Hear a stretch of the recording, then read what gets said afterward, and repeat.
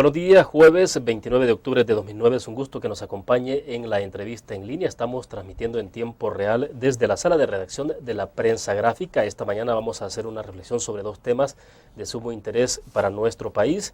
Lo que está ocurriendo al interior de la Asamblea Legislativa en torno a la correlación de fuerzas que se está modificando con el aparecimiento de los 12 diputados disidentes del partido Arena, y también el tema de la seguridad pública, concretamente sobre la propuesta de acuartelamiento de la Policía Nacional Civil como una respuesta inmediata a la problemática de inseguridad que experimentamos a nivel nacional.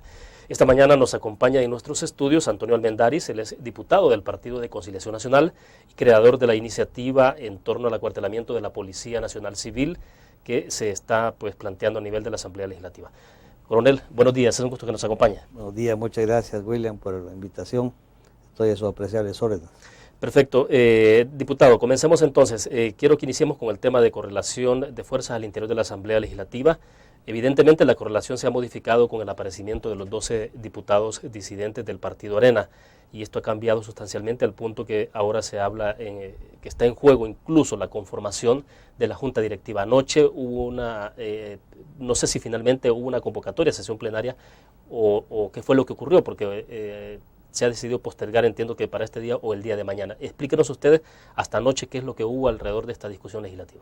Bien, lo que se nos explicó a nosotros como fracción por parte de las personas de nuestro partido que andan tratando de conciliar la situación en la Asamblea, y cuando digo conciliar, no es que nosotros estemos abogando porque los 12 regresen a Arena o cosa parecida, sí, sino que es de que estamos interesados, como lo manifestamos y les pedimos a nuestros representantes en ese trabajo que se está haciendo, que en este momento quizás es el menos indicado para que la Asamblea pare su trabajo, ya que estamos en crisis económica, crisis de problemas delincuenciales, crisis de problemas de salud, de trabajo, claro, de todo.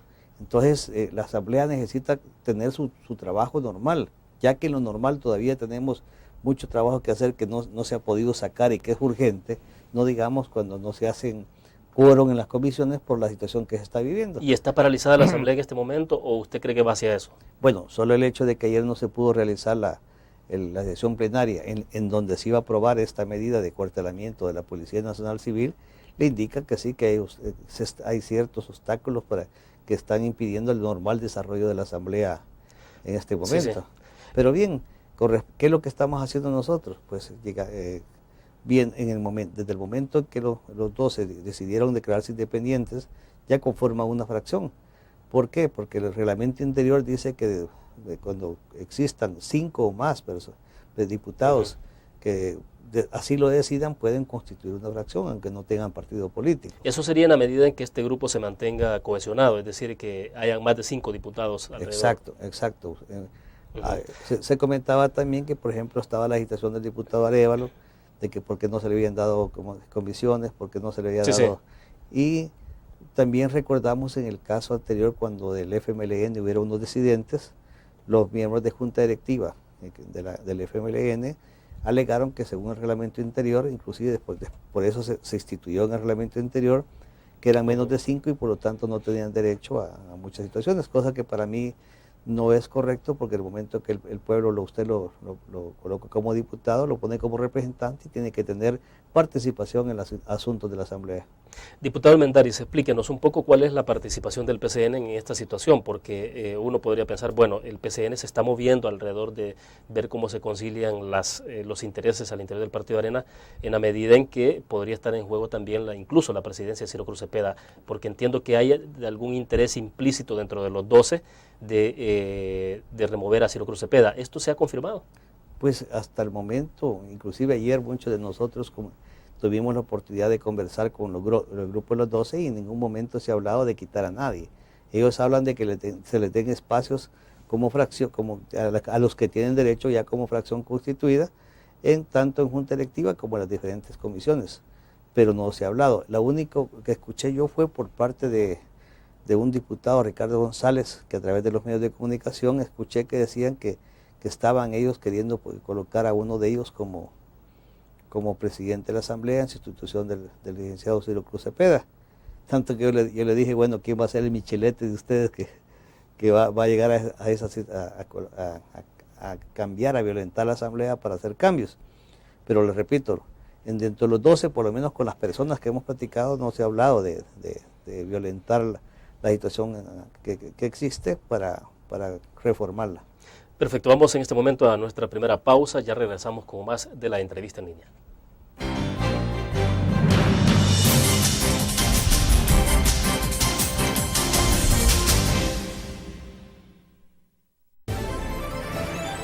Noticiero del Cambio. 100 días de gobierno, solamente 100 días y algo es seguro. El cambio ya está empezando. 3.000 escrituras fueron entregadas a pequeños productores, más de la mitad de lo adjudicado en los últimos 5 años. Se prohibió el uso de carros oficiales para fines particulares. Y fue lanzado Casa para Todos, el mayor programa de construcción de viviendas de nuestra historia. Además, el gobierno terminó con el cobro de las cuotas voluntarias en la red de salud pública. Está promoviendo acciones conjuntas entre policías y militares para combatir la violencia. Y va a empezar a realizar obras fundamentales para el país, como el nuevo hospital de maternidad acá en el barrio Santa Anita de la capital y la primera sede de Ciudad Mujer en Usulután. Todo esto no deja dudas. Para este gobierno, palabra empeñada es palabra cumplida. 100 días de trabajo, 100 días de esperanza.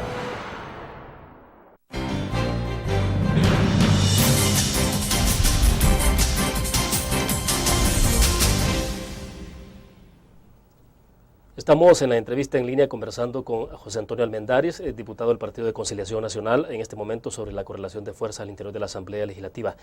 Decía justamente ayer el diputado Orlando Arévalo que Ciro Cruz Cepeda solo está alargando su agonía y que la remoción de Ciro Cepeda de la presidencia de la Asamblea Legislativa es prácticamente un hecho. ¿Usted qué opina sobre esto, coronel?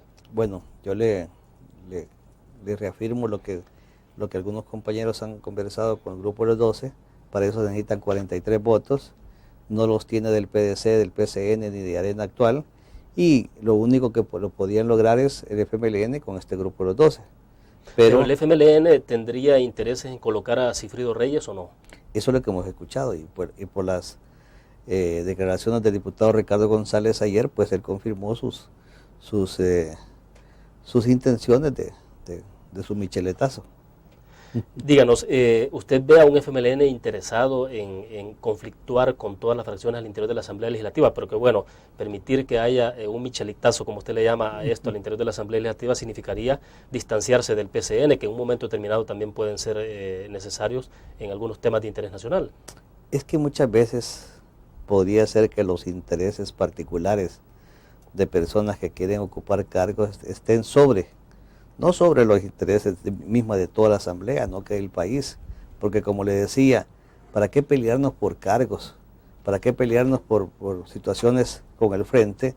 Si siendo partido de gobierno ellos necesitarían más del concurso, como de todos los partidos para paliar la situación que estamos viviendo, tanto así de que estarían nuevamente en contraposición de las intenciones del señor presidente. El señor presidente de la República está diciendo: dialoguemos, concertemos, hagamos un todo entre los tres órganos del Estado para poder combatir juntos las crisis que se están viviendo, delincuenciales, económicas, de salud. Y entonces, ¿y qué? El partido de gobierno estuviera haciendo lo contrario, creando problemas entre partidos, de que de repente no permitan de que se puedan acordar los instrumentos que el país necesita. ¿Usted no ve entonces coherente esto que está ocurriendo con el llamado a la unidad que hace el presidente Funes? Todo lo contrario, o sea, lo que el presidente está con un mensaje, y por lo que escuché ayer de Ricardo González, si es que él está hablando en nombre de todo el FMLN, no quiero asegurarlo, pues es todo lo contrario lo que dice el señor presidente. Está haciendo el llamado a todas las fuerzas vivas del país, inclusive la Asamblea. Entonces, esto es todo lo contrario. Ahora, con el grupo de los 12, el FMLN tiene la posibilidad de tener la mayoría simple en sus manos, pero no la calificada. Hay quienes han dicho de que habrían intereses ya subterráneos por tratar de jalarse diputados, y de hecho ha habido denuncias ya de Rodolfo Parker del PDC y también de un diputado suyo del PCN diciendo de la posibilidad de que les estén ofreciendo dinero a cambio de que se declaren independientes y pasen a formar parte de este grupo. Eso implica que hay una estrategia sobre la configuración de mayoría calificada en la Asamblea de 56 votos, coronel? Pues sí, hemos escuchado eso. Prácticamente quieren calcar el chavismo de Venezuela aquí en El Salvador para, teniendo el Ejecutivo y teniendo en este caso el Legislativo, no hablo del Ejecutivo porque como le digo, al señor presidente se le miran otras intenciones diferentes a las del partido de gobierno. Yo creo que de esa forma poder, hacerlo a través de las leyes, teniendo la mayoría simple y la calificada para evitar que el presidente en un momento dado, si una ley no le parece que es beneficiosa para el país, él no la pueda vetar, porque si la veta tendría 56 votos para superar el veto presidencial. Entonces, eso sí, por lo que ha manifestado por los compañeros y nuestro compañero que sí ha manifestado que le han llegado a ofrecer grandes cantidades de dinero para que se declare independiente, entonces esas intenciones tienen. Pero yo creo que, como le dije, compañeros que hemos hablado con los grupos de los 12, el hecho que ellos se hayan declarado disidentes del partido Arena no significa de que de la noche a la mañana ellos también han cambiado su ideología para una ideología de izquierda. Yo conozco a la mayoría de ellos, son personas de derecha, son personas muy capaces, racionales, que lógicamente en su derecho, con todo su derecho, han disentido con el partido, pero no han cambiado de ideología. Perfecto, vamos a nuestra segunda pausa comercial. Al regreso, coronel, en adelante hablamos de la propuesta suya de acuartelamiento de la Policía Nacional Civil ante la crisis de inseguridad que vive nuestro país. Ya volvemos.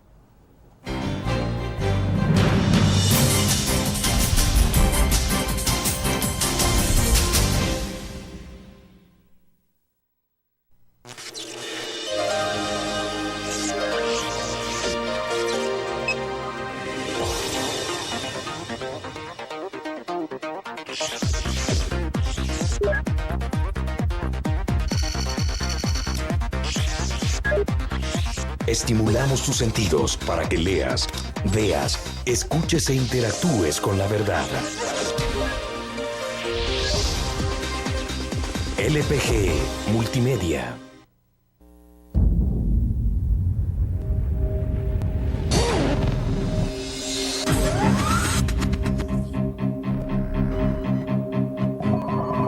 El inicio de una estrategia financiera desde los negocios y la actividad económica hacia toda Centroamérica. El Economista Regional, una revista especializada donde encuentras el panorama empresarial y los principales movimientos financieros. El Economista, el modelo regional de información económica.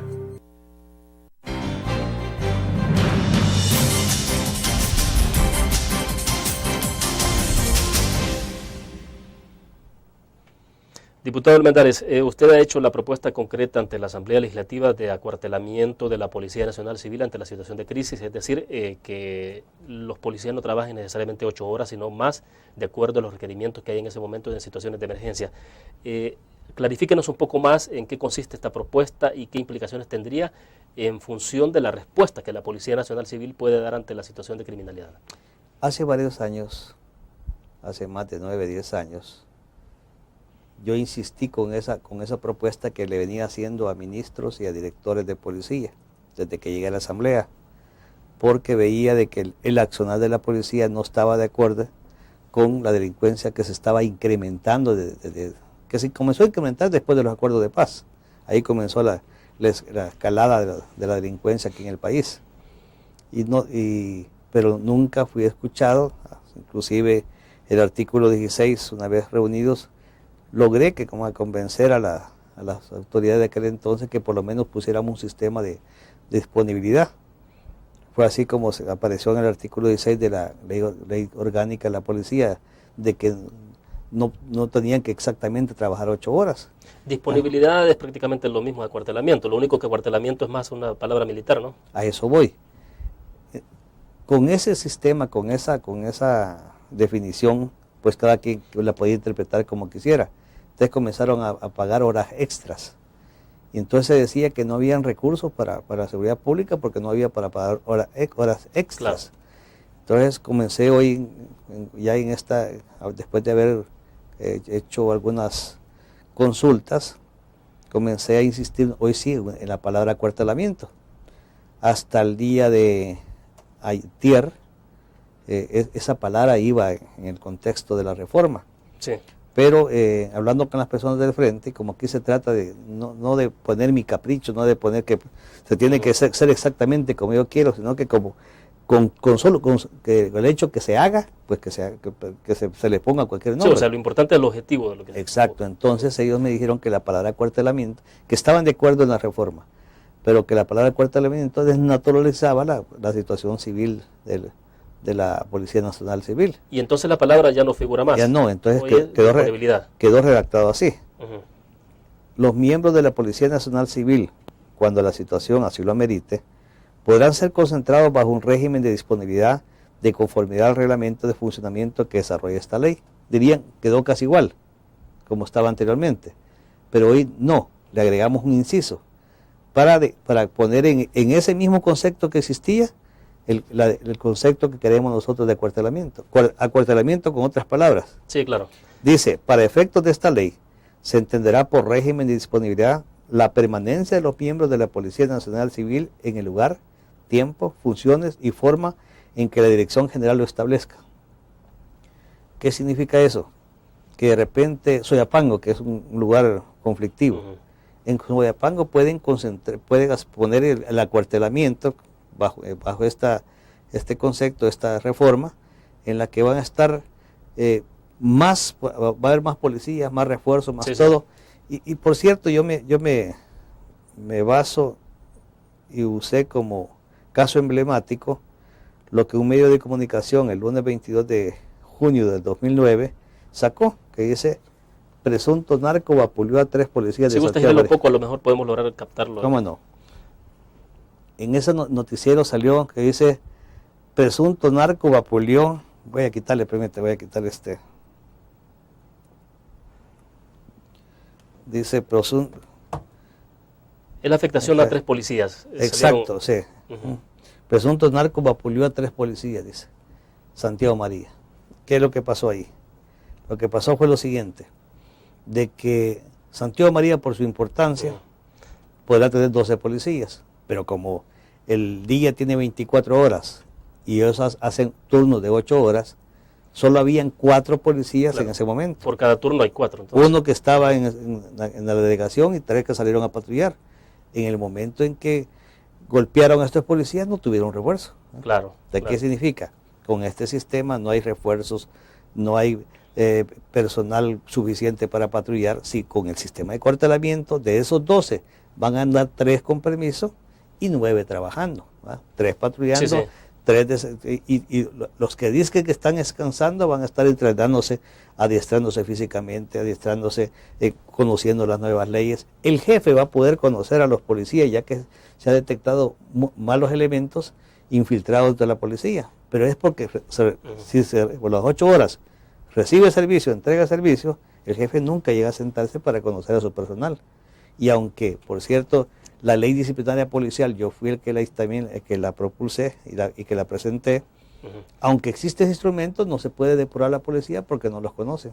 Perfecto, me interesa que cuando regresemos hablemos un poco de cómo aplicar esto, es decir, si hay infraestructura adecuada, si hay recursos financieros, porque habrá que pagar más a los policías. Entiendo que debería ser así. Vamos a la pausa, volvemos.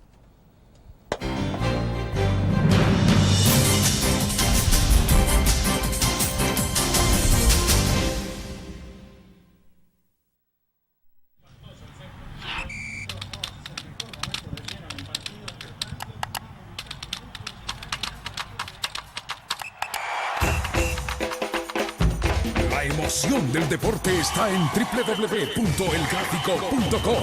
Ingresa al nuevo escenario deportivo y descubrí toda la pasión del deporte. Fotos, videos, fichas y resultados de las mejores ligas del mundo. Elgráfico.com. Conectados por deporte. Blur. La revista más innovadora y moderna de todos los tiempos. Única en su estilo, creativa. Un espacio exclusivo y reservado de entretenimiento y diversión, llevada al máximo. Blur. Time Out, Movie, lo mejor de la cartelera. Art. Shopping, la guía de la moda. Go, viajes cortos fuera de la ciudad. Blur.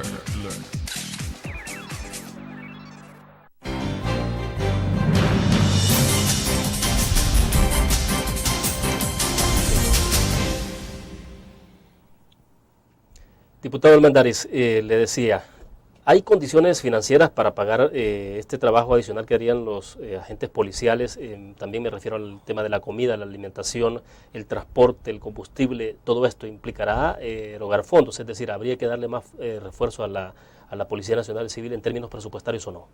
Mire, con respecto a eso, recientemente el señor presidente de la República aumentó $60 por alimentación para los policías.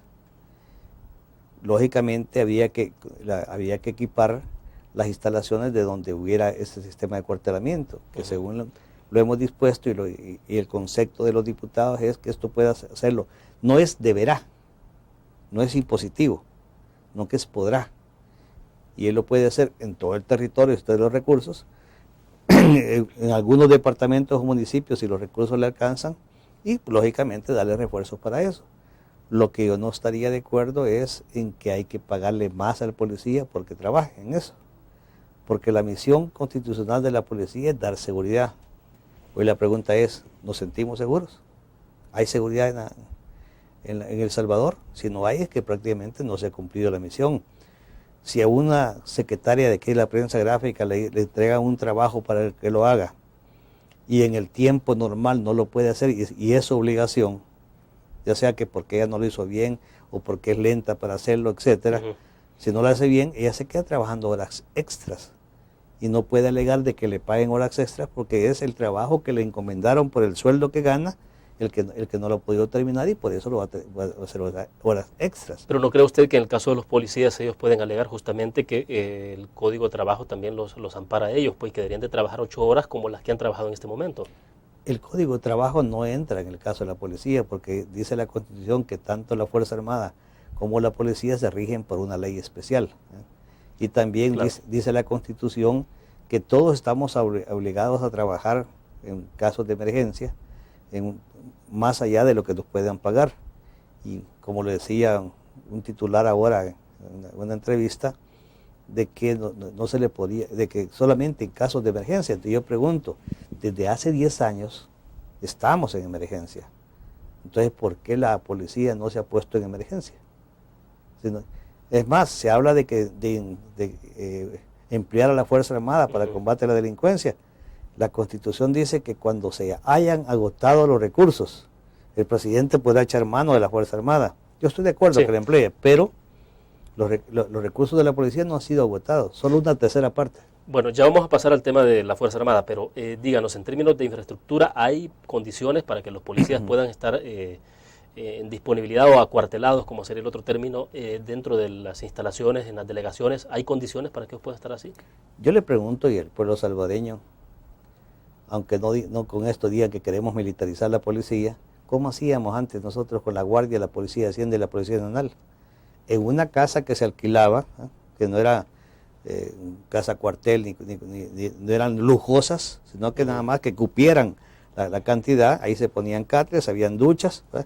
Es más, a nosotros no nos daban dinero extra para comer y para lavar la ropa, no contratábamos a una señora, no poníamos cocinas en el lugar, no, sí. A los comedores aledaños, a alguna persona le pagábamos sí, claro, la comida y así es. Porque en la academia a ellos se les inculca el espíritu de servicio y sacrificio. Hoy es el tiempo de mostrarlo. Perfecto. Vamos en este momento a la última pausa. Cuando regresemos hablemos del ejército. ¿Cómo debería involucrarse el ejército en labores de seguridad pública? Ya volvemos.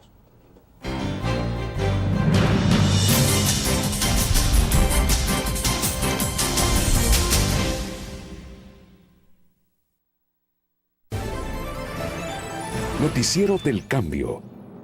100 días de gobierno, solamente 100 días y algo es seguro, el cambio ya está empezando. 3.000 escrituras fueron entregadas a pequeños productores, más de la mitad de lo adjudicado en los últimos 5 años. Se prohibió el uso de carros oficiales para fines particulares. Y fue lanzado Casa para Todos, el mayor programa de construcción de viviendas de nuestra historia. Además, el gobierno terminó con el cobro de las cuotas voluntarias en la red de salud pública. Está promoviendo acciones conjuntas entre policías y militares para combatir la violencia. Y va a empezar a realizar obras fundamentales para el país, como el nuevo hospital de maternidad acá en el barrio Santa Anita de la capital y la primera sede de Ciudad Mujer en Usulután. Todo esto no deja dudas. Para este gobierno, palabra empeñada es palabra cumplida. 100 días de trabajo, 100 días de esperanza. Sí.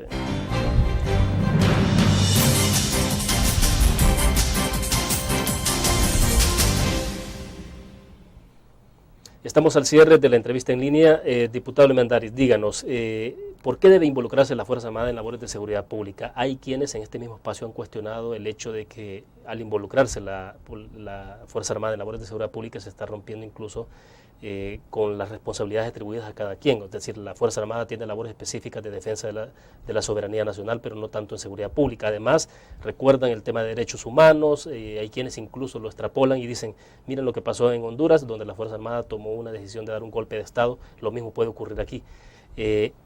¿Ante qué condición estamos?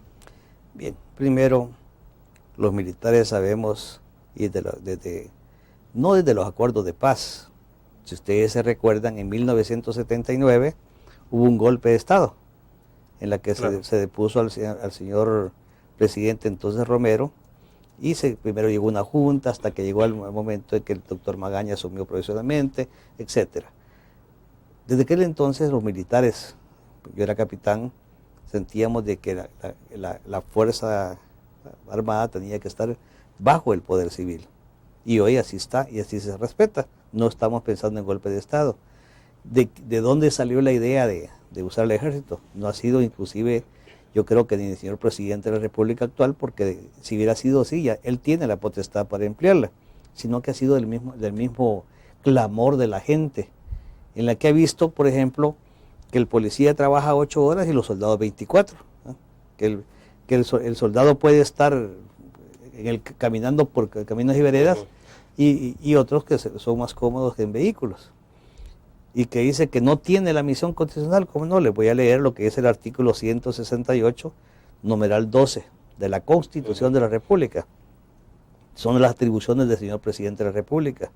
Dice: disponer de la Fuerza Armada para la defensa de la soberanía del Estado, de la integridad de su territorio, y dice, excepcionalmente, si se han agotado los medios ordinarios para el mantenimiento de la paz interna, la tranquilidad y la seguridad pública, el presidente de la República podrá disponer de la Fuerza Armada para este fin, o sea, para asegurar, no para acompañar, no que para actuar como seguridad pública. Ahora, pero la Fuerza Armada viene empleándose desde hace varios años, o sea, no sería primera vez. ¿Que acaso ahora tendría algunas atribuciones especiales más allá de las que ha tenido en el pasado? Sí, aquí lo dice en la Constitución. Por ejemplo, ¿qué tipo de atribuciones? Porque uno se pregunta, bueno, ¿cómo actúa un soldado ante una captura? ¿Qué va a hacer un soldado cuando un delincuente le dispare con armas cortas o armas largas y tenga que responderle? ¿Qué tipo de andamiaje legal respalda a ese soldado a la hora de actuar? La Constitución que en este momento le da el mismo andamiaje de un policía. Lo único es que tiene que, aunque hay capacitación, hay entrenamiento, porque hasta el momento usted mismo lo ha dicho, la Fuerza Armada ya ha sido empleada, lógicamente, pero mal, desde hace 10 años, mal, solo acompañando a un policía, con la única táctica de que caminan de aquí para allá, asaltan de donde estaban, se regresan de allá para acá, asaltan allá. O sea, es pura presencia disuasiva. Pues no es ni siquiera disuasiva, porque como le estoy diciendo, si los asaltos los hacen de donde se vienen. Entonces, ¿el soldado cuál es el papel que tendría ahora? Yo no llamaría al soldado, la Fuerza Armada. ¿Cuál sería entonces? Le voy a poner un ejemplo. Yo soy diputado de Sonsonate. Nahulinco es uno de los lugares, igual que Nahuizalco y otros, son lugares que son de mucha presencia delincuencial, que tiene atemorizada a la situación, a la población. Yo emplearía una sección de fusileros, 40 hombres, en el sector completo de Nahulingo, y le diría yo al oficial, ¿cómo se llama? Tranquilice el lugar, mantenga la paz ahí, y que se le destaquen a esos 40 unos 4 o 5 policías, para que ellos hagan el procedimiento, para que ellos hagan todo el papeleo de capturas, etcétera. Le apuesto de que el teniente primero la misión sería hasta que esté tranquilo, no 8 horas, ni 5 horas, ni 10 horas, ni un día, ni una semana, ni un mes. Si en 2 meses ese señor no tiene tranquilo, bueno, primero tiene sus consecuencias por no hacerlo. Y segundo, de que estaría tal vez a la 1 de la mañana en un lugar y de noche se infiltraría para llegar a otro lugar, a aparecer en otro lugar. ¿Y el efectivo militar, tendría facultades para poder hacer una captura en un momento determinado entonces? La Constitución se lo da. Perfecto. Diputado, le agradezco que nos haya acompañado esta mañana. El tiempo se nos agotó. Gracias. Mucho gusto. Dios lo bendiga. Perfecto. Vamos entonces al cierre de la entrevista en línea. Le recuerdo que mañana a las 8:15 de la mañana estará con nosotros en nuestros estudios Carlos Cáceres, el ministro de Hacienda de nuestro país, para hablar sobre la propuesta de reformas fiscales. Buenos días.